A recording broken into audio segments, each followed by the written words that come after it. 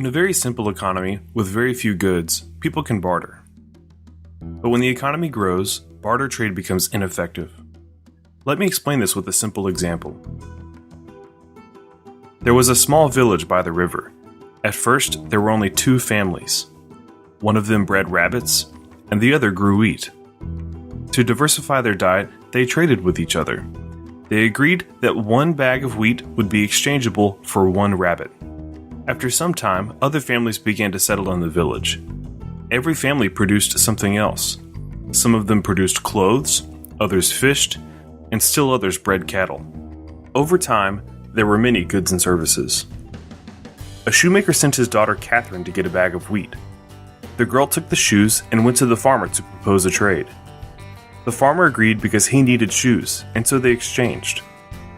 The next day, the shoemaker sent Catherine again to get another bag of wheat. But this time the farmer replied, "I'm sorry, I don't need a second pair of shoes, but I will give you wheat for a box of apples." So Catherine went to the gardener and proposed to exchange the shoes for some apples. The gardener replied, "I never wear shoes in the summer. I won't be needing them for at least 6 months. I can give you apples in exchange for new horseshoes for my horse, though." So the girl went to the forge, but the blacksmith said that he will give her horseshoes only for a new pair of trousers. Finally, the local seamstress agreed to exchange shoes for trousers. Unfortunately, this wasn't the end. It took Catherine half a day to find someone who needed shoes, but it took another half a day to finally get the wheat that she wanted.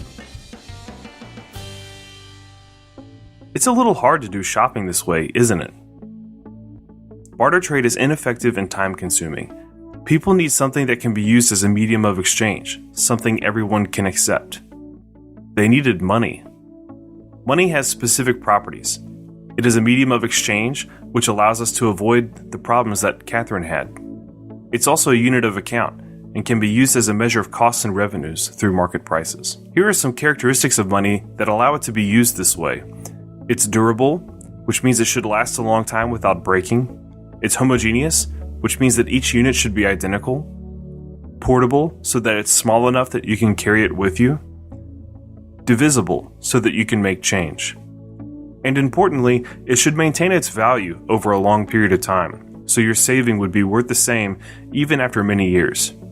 Throughout human history, there have been many media of exchange, like cattle, salt, or seashells. None of these lasted very long as money. Cattle, for example, wasn't divisible, interchangeable, or easily portable.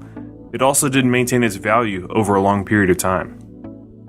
Salt becomes stale over time, so it loses value, and it wasn't homogeneous because one bag of salt could be better quality than another.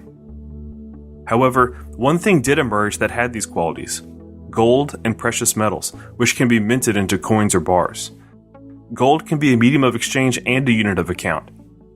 We can count up the number of gold coins something costs. It's durable because it doesn't corrode and it can last 1,000 years. It's homogeneous because all 1-ounce coins are identical and can be marked for purity. Coins are portable too, so a lot of purchasing power can fit in one's pocket.